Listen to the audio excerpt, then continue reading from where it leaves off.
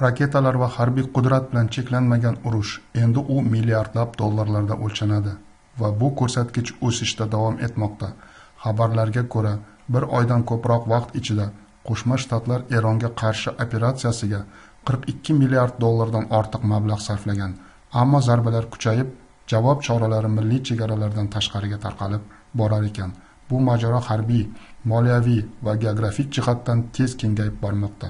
Tehronda Fors ko'rfazigacha xavf ham, xarajatlar ham oshmoqda. AQShning Erondagi urushning ulkan qiymati atiga 37 kunda 42 milliard dollar. AQSh harbiy xarajatlari keskin oshdi. Eng halokatli va eng qimmati. AQSh urushi ko'plab savollarni tug'diradi. Raqamlar hayratlanarli. Real Time Military Expense Tracker ma'lumotlariga ko'ra, Qo'shma Shtatlar Erondagi 37 kunlik harbiy operatsiyalar davomida 42 milliard dollardan ortiq mablag' sarflagan. Ushbu hisob-kitob Pentagonning 10-mart kuni AQSh kongressiga brifingida taqdim etilgan ma'lumotlarga asoslangan. Rasmiy ma'lumotlarga ko'ra, faqat dastlabki 6 kunlik harbiy operatsiyalarda 11,3 milliard dollar sarflangan va xarajatlar kamaymagan. Dastlabki hisob-kitoblarga ko'ra, Washington mojaroning har bir qo'shimcha kuni uchun deyarli 1 milliard dollar sarflaydi.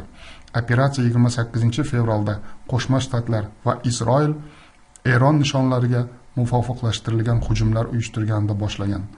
Dastlab Tehron kabi yirik shaharlarga zarba berildi. Eron darhol javob qaytardi.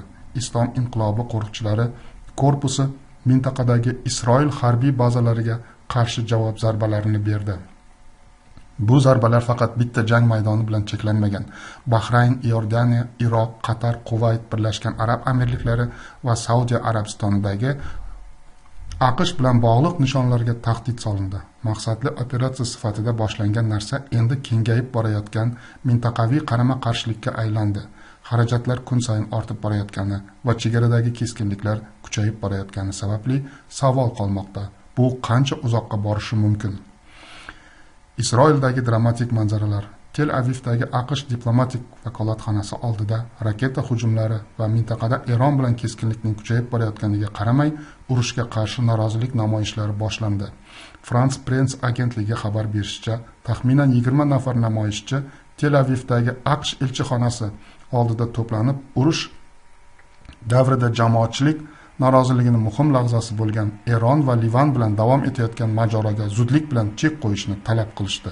Biroq namoyish tezda to'xtatildi. Politsiya olomonni atigi 10 daqiqadan so'ng tarqatib yuborishni buyurdi. Bu esa urush davridagi cheklovlar qat'iy rioya qilinishini va o'ta xavfli muhitda ommaviy yig'ilishlar cheklanganligini bag'rikenglik deb ta'kidlashdi.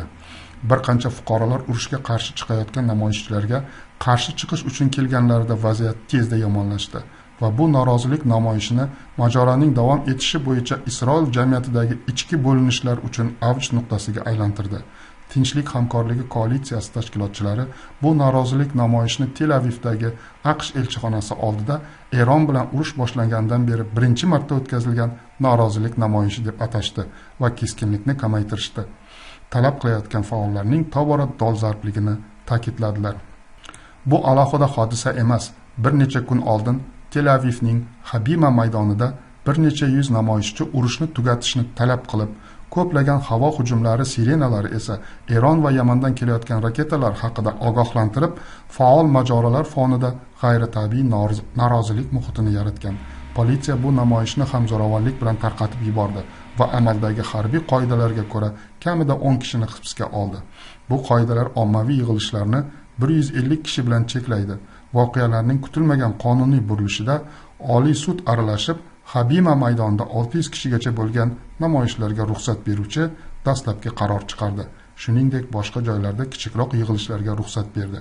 Bu xavfsizlik va demokratik ifoda o'rtasidagi nozik muvozanatni aks ettirdi.